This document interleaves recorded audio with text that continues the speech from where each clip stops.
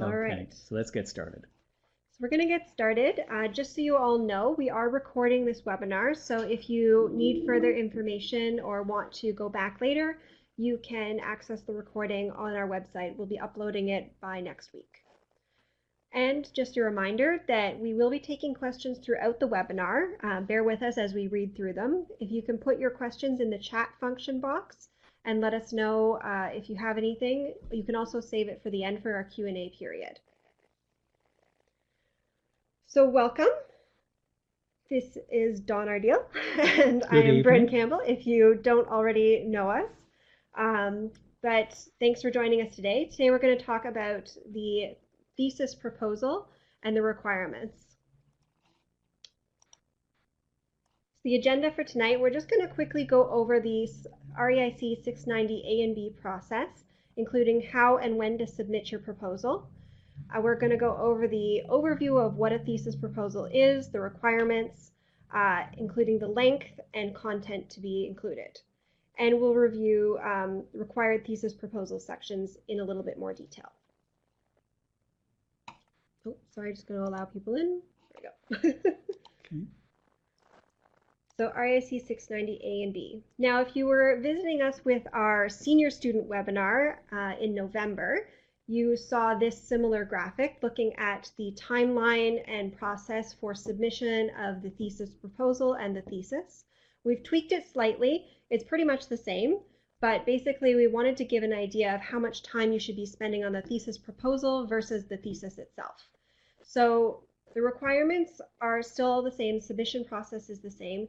You're going to start off with your proposal, looking at either the annotated visual argument or the illustrated textual paper.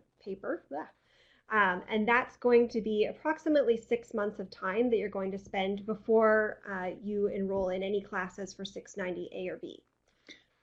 Just talking about the difference between the annotated visual argument and the illustrated textual paper.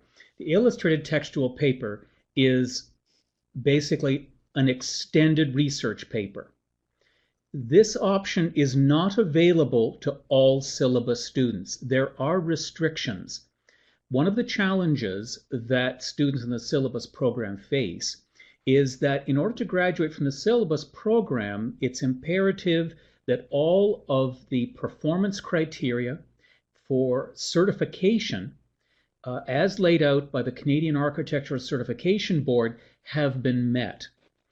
And it is not immediately apparent that if a student were to do the illustrated textual thesis or the research paper, that means they wouldn't be doing a detailed building design as a part of 690B. That means that they may not qualify for all of the performance criteria set out by the CACB. So there are restrictions on who is permitted to do an illustrated textual thesis, and that information is available in the 690 course outline. But everybody is able to do the annotated visual argument, which includes a research paper and a detailed building project. Thank you. And if you need more information on that, feel free to send me an email and I can send you the course outlines as well. So basically, approximately 6 months time to work on the proposal stage. And that section is going to be reviewed by your committee as well as the registrar, myself, and will be signed off by the director as well, Dawn. So once you have all those signatures, once everything's accepted, then you will be enrolling in RAIC 690A, which is a focus on the research paper. That is a similar studio timeline that you might be enrolled in 1 or 2 studios in order to do that. And it's again with the midterm final review and a pass-fail just like a normal studio. And then once you are past that, you can move on to the project, which is 690B. I think it's a good time to point out that you want to start thinking about your major 690 project a year or 2 in advance. Okay, I'd like to say as soon as you enter part 3 of the program, start thinking about what you would like to do in an intense research and design experience. Find a problem that you really have a passion about and start thinking about it. And start thinking about whom you'd like to have as your advisors.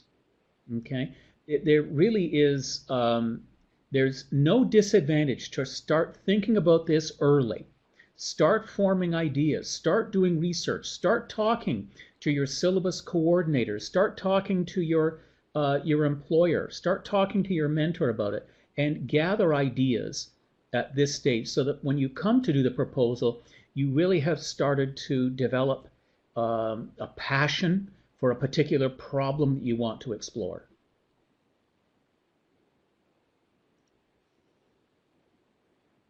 So just to go over the proposal, an overview of everything that's kind of included, just to give you an idea. The text body of the proposal is somewhere between 1,000 and 3,000 words, and that's going to very much depend on the topic and what you're trying to get across to us to make sure that we really understand what your thesis paper and project is going to be about. The purpose of the proposal really is to frame the project and the intentions and how the research will be conducted. As Dawn was saying, make sure you meet with your advisors to discuss the full scope of the topic, and make sure you do that early. You want to identify any constraints or boundaries of the project scope and really make sure you're clear on what the proposal is going to be about, what in the project, and what the paper is going to be about. This is going to be approved, as I said, by your review committee, your advisors. It will be read by myself and then will be signed off by the syllabus director as well before you can enroll in any classes. And yeah, so as I said, outlines the research that will be conducted throughout.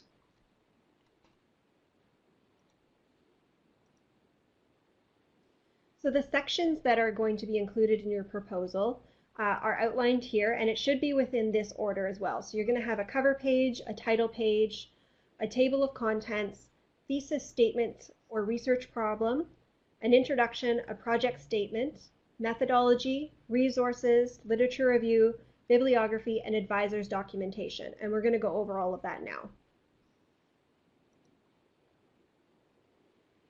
Now, I guess to preface this as well, there is a thesis proposal outline document that will be uploaded with this recording so that you can access that.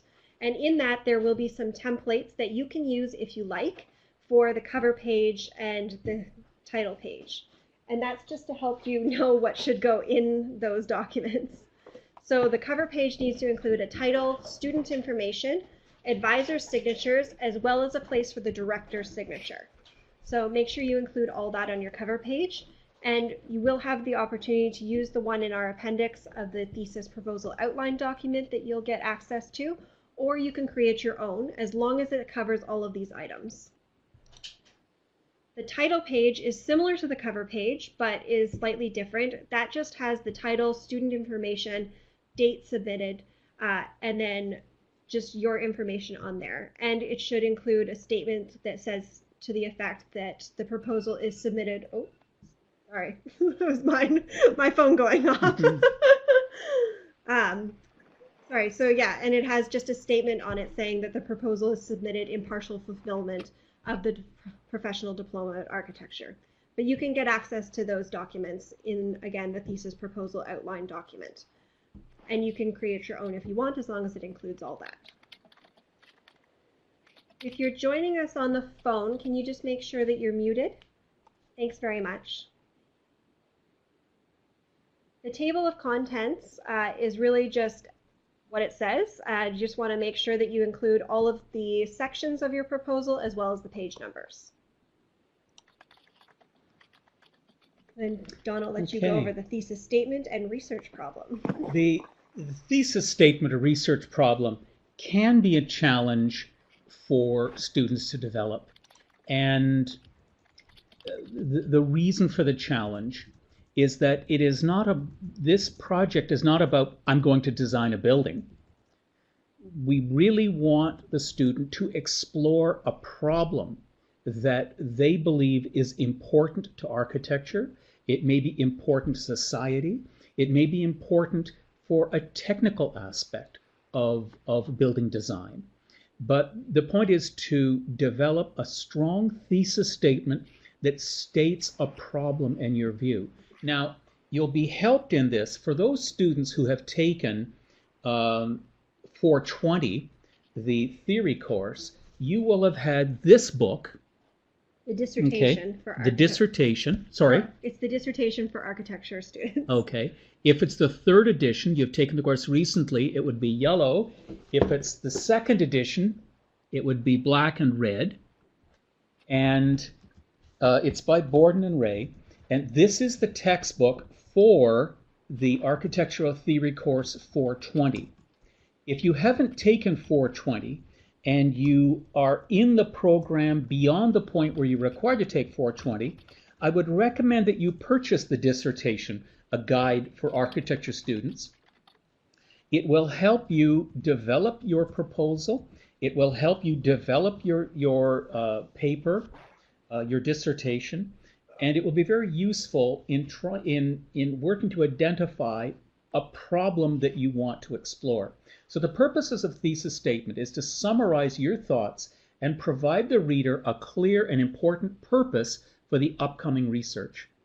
For example, we have a seniors home. An example would be, I'm going to design a seniors home in a rural setting. That is not a problem. That's not a research problem. You're going to design a seniors home in a rural setting. What is the problem? The design problem, the social problem that we want to look at. And the alternative is creating an environment in which seniors who are used to an independent rural lifestyle can thrive in a shared living setting. That is getting closer to the kind of a problem that we would want a student to explore. So just designing a building is not what it's about. It's about looking at more detailed and important problems in architectural design and society. After reading the thesis statement problem, the reader should understand the author's point of view on the topic and understand how the upcoming research is going to support this statement. Okay? And again, the dissertation, a guide for architecture students, will help.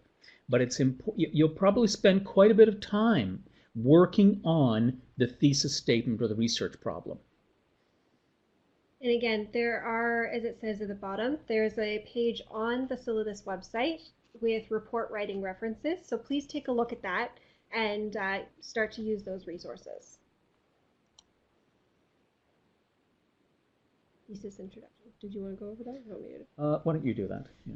So the thesis introduction is really what it says, and the purpose of that is to have a brief background on the thesis research. It must introduce the reader to the topic and provide an outline of the key ideas guiding the research. So the introduction is something that may be used later in your thesis. It is really that opening up of the topic. It's an opportunity for you to give an introduction to what's going on and why you're looking at this topic and building design problem. Make sure when you're doing this that you're doing proper references and that you're referencing any research or information that you're getting from somewhere else. And this is approximately 1 page in length, 1 to 2 pages, depending on how much information you want to give. But again, it's an introduction, so don't go crazy on it, but make sure that it's complete and concise and we understand what you're actually going to be looking at. The project statement is, again, basically what it says. It provides an outline of the thesis project that will be looked at in 690B and what the case studies are that are going to inform that work. So the project statement should include a short summary of the case studies, the reason the case studies are applicable to this project and this research, and the possible or appropriate, and if possible or appropriate, includes a proposed project site or sites, and the reason for the selection of those sites. So it doesn't need to be terribly in-depth. It should have, if you have like 2 to 3 case studies at least, that's a great start, and just gives us an understanding that you know what the precedents are and what's informing your design studies, and then gives an idea of a short summary of what that project is going to look like. It doesn't have to mean that you're going to follow that directly. It just means that that gives you a start and somewhere to go when you get to the design project stage. Methodology. So this section really the purpose of the methodology section is to give us a sense that you know how you're going to start and kind of move through the research and move through the project stages.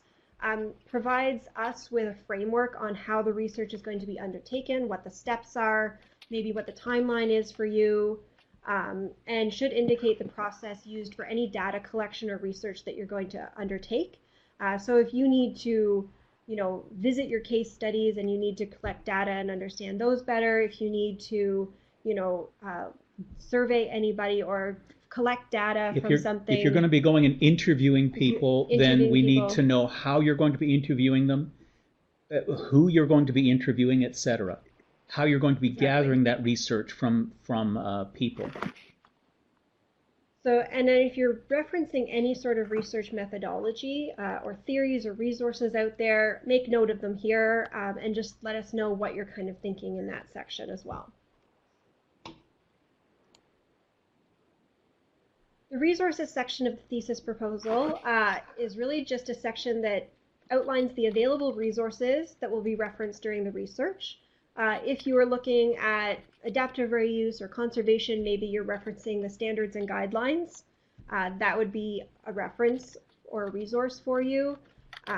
Things like that, any professional resources, if you were referencing even the Canadian Handbook of Practice or something like that. It's just outlining what are the things that you're going to start with, at least, when you're starting your research process.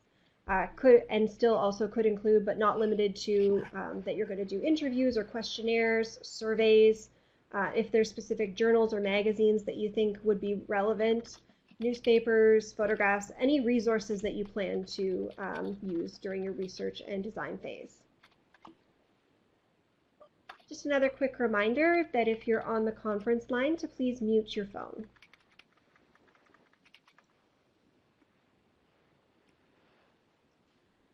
The literature review, this can be a little bit different for either the textual thesis or the annotated visual argument, but in general, the literature review should give a comprehensive summary of what has been published on the topic that you're looking at. If you're looking at sustainability, then you want to have a good overview of the published resources on sustainable architecture as it relates to your topic.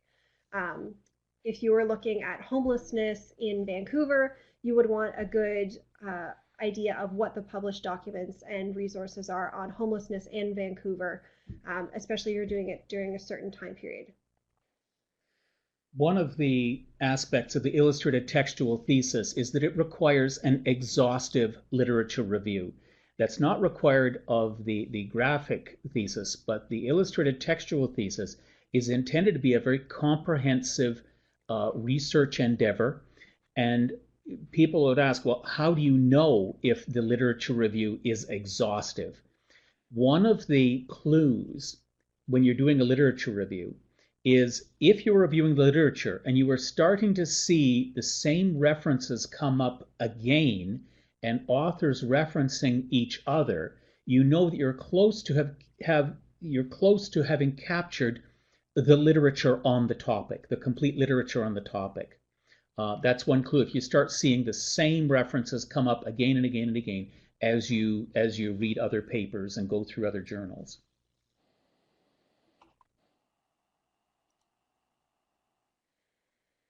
Bibliography section comes next, and it is exactly what it says. It's just you need to include a bibliography of all the resources referenced, and it should be including all of the references you made throughout the introduction and statements that you had in the actual thesis proposal. And there are report writing references that you can access on the website looking at MLA style. You go back a slide. Oh, yeah. Just to clarify, the proposal does not require the exhaustive literature review. Sorry. It's the actual finished work that requires the exhaustive literature review. The proposal does not need that depth of literature review. Yes. It's just the literature review should just be a summary of what's out there during the proposal. Yeah. An exhaustive literature, let's say you wanted to do the illustrated textual thesis on curtain wall, for example, curtain wall research, then we would expect that you would have captured the majority of the contemporary literature on the design of curtain wall, of the analysis of curtain wall, of energy of curtain wall, that you would have really gone to the depths of finding the literature on curtain wall design. We had one question about MLA versus APA style. ARC 420 says to use APA. That's fine with us. APA. I much prefer APA to MLA. APA is what we should be using. And you can find, that's the American Psychological Association. That's what APA stands for. It is a standard academic resource. The nice thing about it is it's simple to use. The even nicer thing about it is that if you're using Word, once you enter your resources into the Word database, you can then insert them, and Word automatically formats them in APA style. So you don't have to be thinking about exactly where does this period go, and is that italicized or is that in brackets. Word does that for you. So once you set up your word processor and you insert your references, the format is taken care of and it automatically creates the bibliography. You don't have to write the bibliography. As soon as you insert a reference into the text, that reference appears automatically in the bibliography. And all of that functioning is available in Microsoft Word. Yes. Okay, so the last section is the advisor's documentation. And this section is just providing us information on who your advisory committee is going to be. It's a short summary on who each of these people are and why are they relevant to your proposal or to your research paper. And then should also include letters of agreement from each of the advisors stating that they will be advising you throughout the duration of your research paper and your project.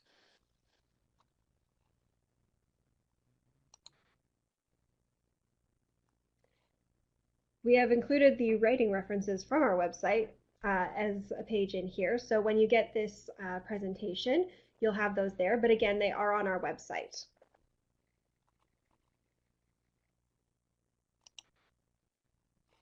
All right, time for question and answer. So if anybody has any questions about the thesis proposal, the process, any of the sections, please feel free to put them in the chat box now, and hopefully we can answer your questions. Do thesis committee members need to be entirely registered architects? Good question. No, I don't think they don't. So usually your thesis committee will be comprised of, they could be an engineer. Yeah. Basically, you're going to have probably your studio coordinator as one of the advisors on there. And then maybe your mentor or somebody, but somebody else who's kind of been part of everything with you down the line. And then if there's anybody who are specific subject matter experts, then you would want them to be on your committee as well. For example, if your thesis was about doing a music school, then it would stand to reason that a professional musician or a faculty member from a department of music, they would be natural fits. If you were doing a hospital project, then a healthcare professional might be a natural fit into your committee. Yeah, the only thing I might suggest is not to let your committee get too big. You don't want to have like 10 people on your committee because then it's a lot of cooks in the kitchen with lots of information coming at you and can get difficult to weed through all of the information, as wonderful as all of these people may be. So maybe try, if you can, to keep your committee to around 3 to 4 people is a max.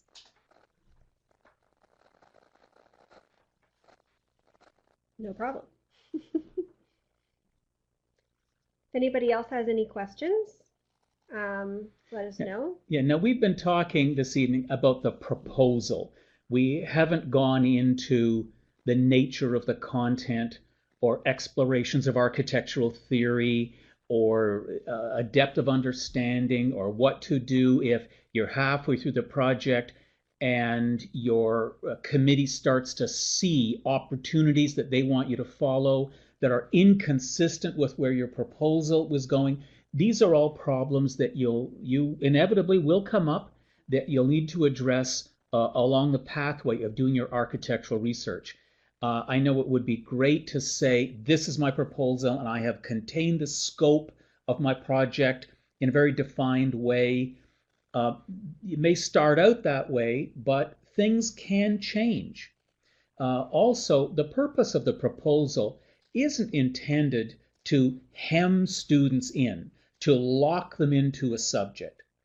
It is intended to help them, to give them direction and to help frame their work so that they can start to pursue a research heading seriously, and not spend term after term searching, wondering where they're going.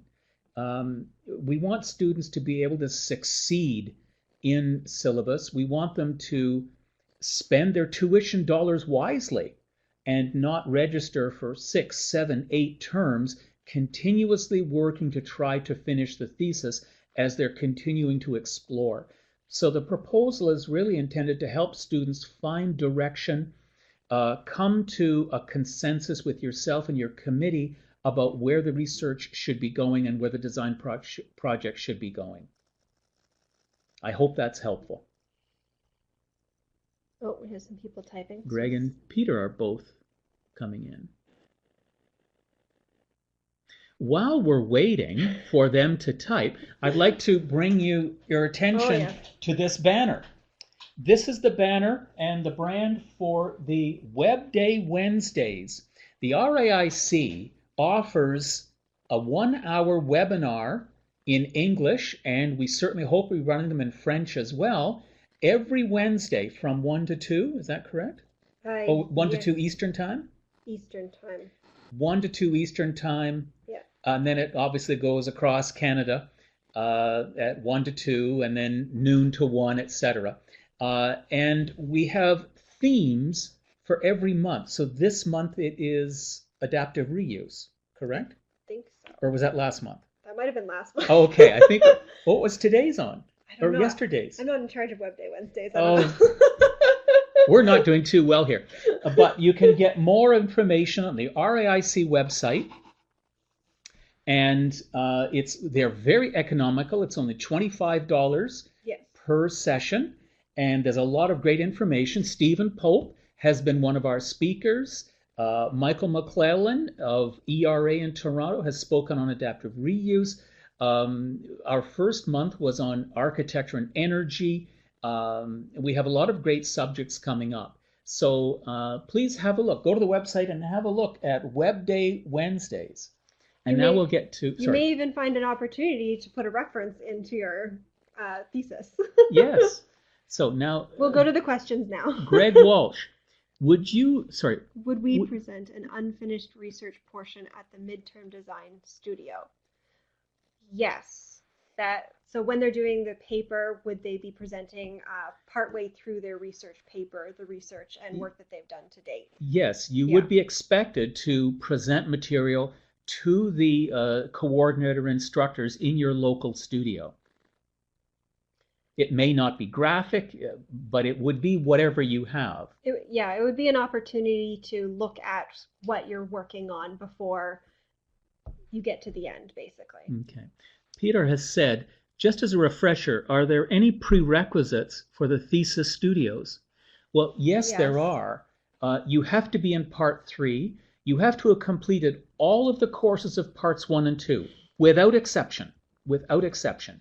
You have to have completed RAIC 675 and no 655 and 675 must be completed. If you go to the RAIC syllabus website, and you'll be able to download or look at the course sequence chart, and that shows the prerequisites that you're required to have completed prior to enrolling in RAIC 690. Yeah. Do you want to take Isabel's? Isabel just let us know that March was adaptive reuse and April is architectural design process. That's right. And Thank you, Isabel. Thank you. Yes, we had Chevalier Morales speaking today. Okay. That's who it was. Yesterday. Or yesterday. Yesterday, Today's Thursday. Today's Thursday. Sorry. Okay. We're a comedy team and we're taking this act on the road. Oh dear. Are there any other questions? Jessica's typing. While Jessica types, we can once again let you know about our RAIC syllabus water bottles. Consider buying one today and showing your support for the syllabus program. And if you are a syllabus graduate or a syllabus student and you're going to be at the Winnipeg Project Management for Architects course coming up starting next weekend, let me know and I'll bring a complimentary water bottle for you. Jessica says, is there a limit to the length of time you can take to complete the thesis? Yes. This is a big question. Athabasca University, as you know, runs a parallel program to syllabus with all of the studios online. They indicate that the research project is to be completed in an 18-month period. Now, what changes for the syllabus program is that, of course, when you're in 690, you're working in an architectural practice full-time. So we encourage students to complete the 690 in 18 months. We recognize that some students at the end of 18 months may not be ready, that their work may not have satisfied all of the requirements or satisfied the requirements of the local coordinator and instructors of the studio. It certainly is the case that RAIC 690 has learning outcomes, and those learning outcomes may not be satisfied. So it can be that the the 690 project could take 24 months or 30 months or even 36 months.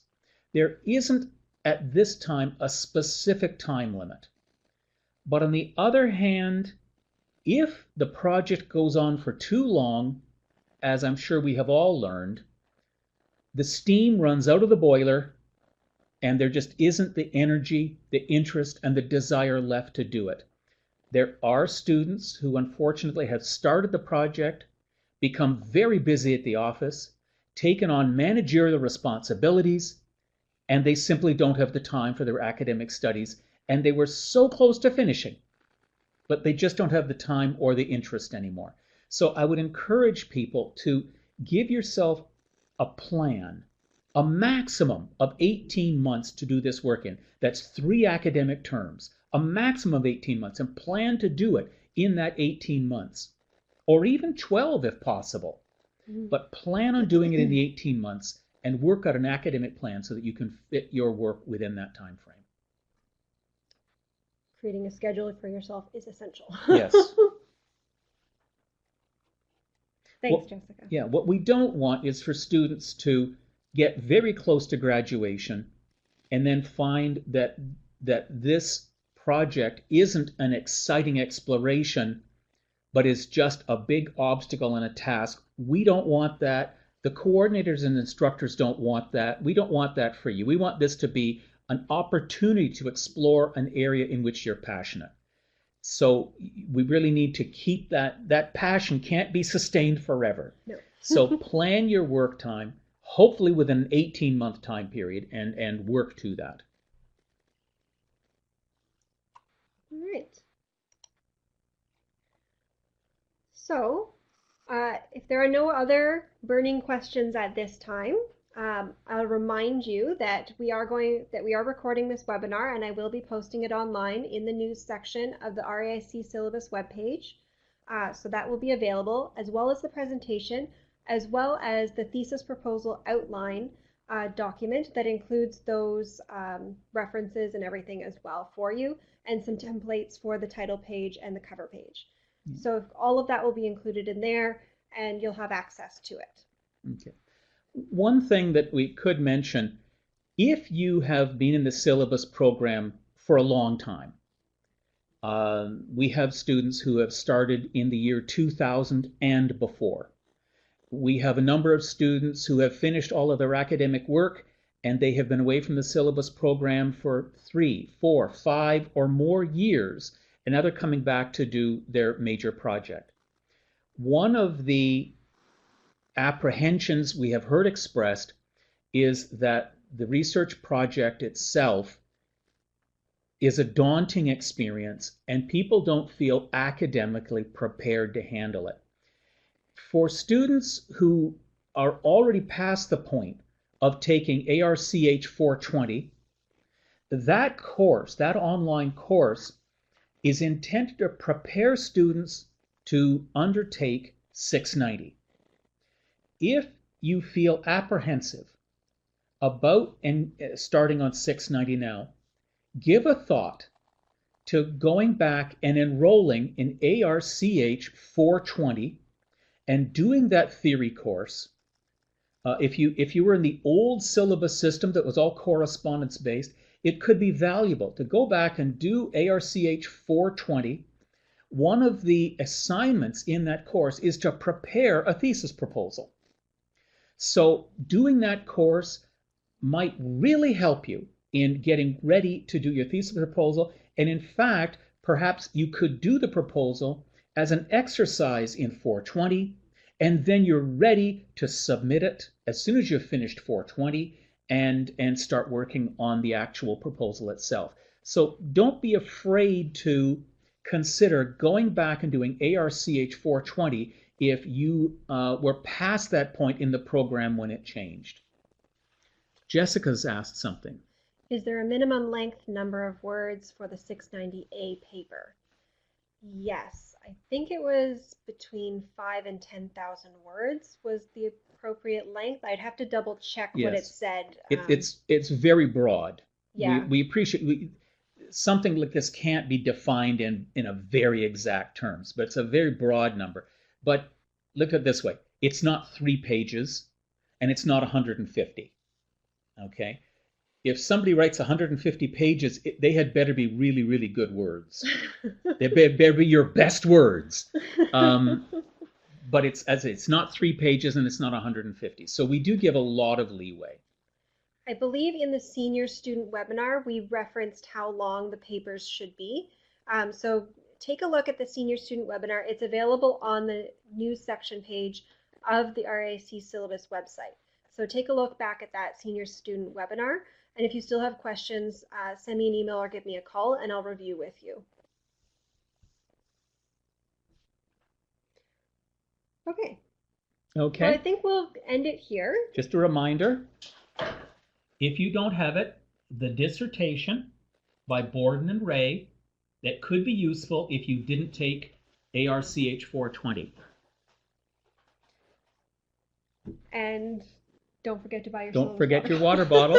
And don't forget Web Day Wednesdays. Yes. All right, everybody. Thank you again for joining us. Thank you. If you need to contact us, our information is available there. And once again, the webinar is recorded and it will be available by next week on the website. Have a good night, everyone. Thank you very much. Bye.